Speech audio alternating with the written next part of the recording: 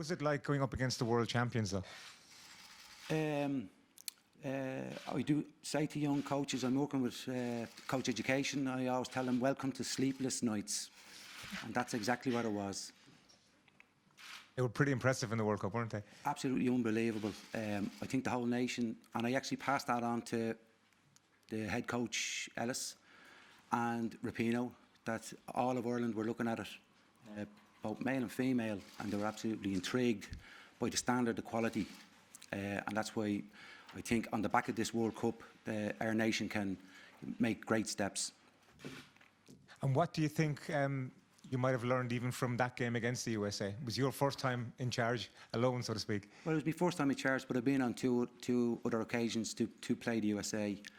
From a coach's, managers, the technical ability, their strength, their power, their pace, the strategy.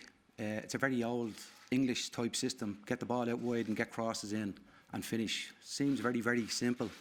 It is, but very, very effective. And then having the training since, some of your players that weren't involved in America have come back into the squad. How are you approaching the game against Montenegro?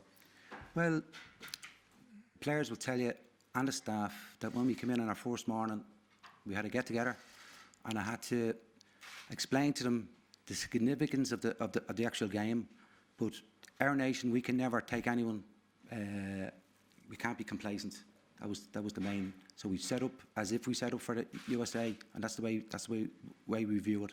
We looked at the campaign. We looked at the home games. Someone has talked about Germany. I'll play Germany next week. That's the, what would you call it, how we're, I won't say confident, but if we're set up properly, we can play anybody. And I think the second half of the USA game proved that. So the girls that came back in have made the squad stronger. And are you realistically, though, chasing second place in this group with Germany being top seeds?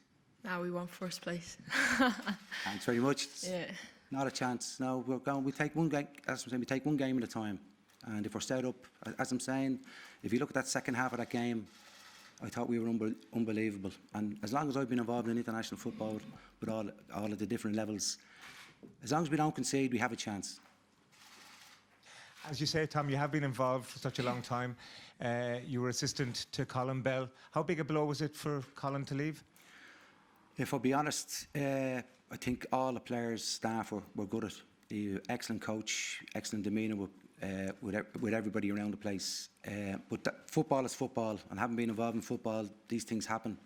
And then it was just a matter of picking up where he left off and then just carrying on. And what we did was then we didn't change much. Going to the USA, kept everything as it were. And Stephen Rice has been involved with you as well. Stephen's been brilliant. Again, when you do your recruitment and you look to bring people in and you look to bring players in, your staff is every bit as important. So the team behind the team was important. And I knew not only just is he a brilliant coach, but he's absolutely brilliant around the place, and that was vital to me. Katie, for you, Colin Bell obviously helped bring on the Irish team, would you say, over the last number of years? Yeah, no, definitely. Colin came in and brought a whole new professionalism to the team, and obviously experience he had, obviously winning Champions Leagues and working with various teams around Europe.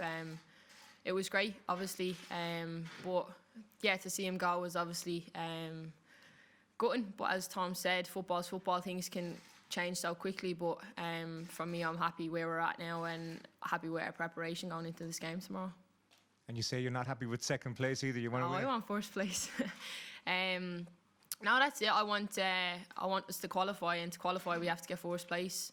But in saying that, obviously we're taking each game as it comes. A full focus now is on Montenegro.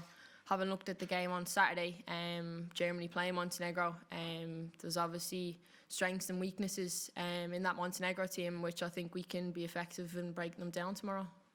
You've been getting very good support, and the numbers have been increasing in Tala recently. What are you hoping for tomorrow? I'm hoping for a Shamrock Rovers Bows turnout the other night. No, I'm hoping off the back of the World Cup now as well. Obviously having RTE and cover the World Cup over the course of the summer. It's showed Ireland that that World Cup stage, that Women's World Cup stage, it's something to come and watch. So I'm hoping to see the Irish public out supporting us tomorrow night in Tala. And how important has it been that other girls are getting proper experience abroad now as well? A lot of girls getting big clubs. Yeah, no, definitely. I think that's been one thing for us in the last 2-3 years. For us, having the girls going over, like the likes of Leanne playing abroad now, obviously Amber Barrett and stuff gone over to Germany. I think having those girls in professional environments and then bringing that professionalism back into the squad and having the young girls from the domestic league looking up, seeing how they can get better, seeing how they can improve, and letting them want that taste of professional football. Your next game after the Montenegro one is in October against Ukraine. Would you expect to have a new manager in place by then? Oh, we'll see what happens. For me, I'm looking forward to tomorrow. I'm looking forward for Tom here to take the game on home soil. As you said, Royce has come in, and having watched Royce play with my brother all those years ago, how positive he's been for us coming in this week has been great. So for me, all I'm kind of concentrating on is tomorrow night and how to get 3 points. Katie, it wasn't that many years ago. It was. Me feel old.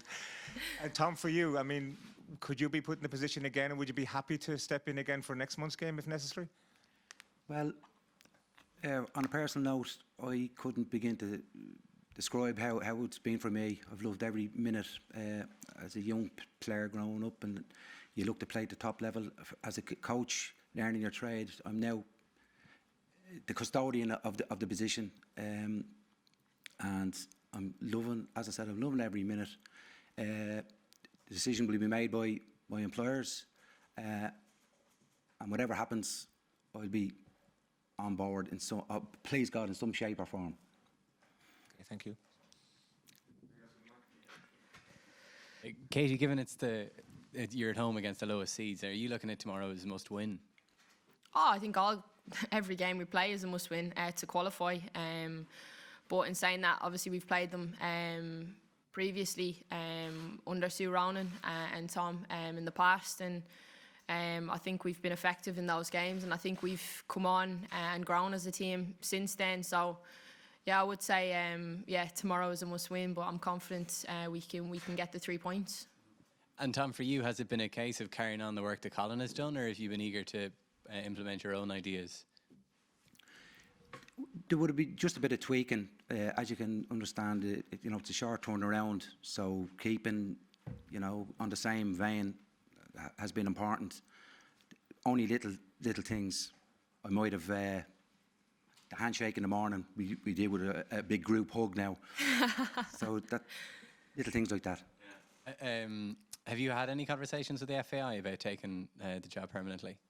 Well, I've been interviewed, so I'm waiting back on the results. Yeah. So obviously, do you look at tomorrow as a bit of an audition for you personally? No, I don't. What I've done when I was told that I was going to look after the team, I'm just going to be myself. I'm just acting in the same vein, being the same Tomo that I'm known around the camp. Tomo. Going forward. Thanks very much. Good luck. Thank you.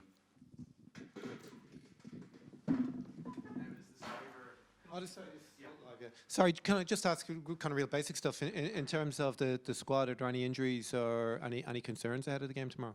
No, we've no concerns. All 20 players are all fit, ready to go, bursting at the seams. Just can't wait for the national anthem to start and then get out and play at 7:30.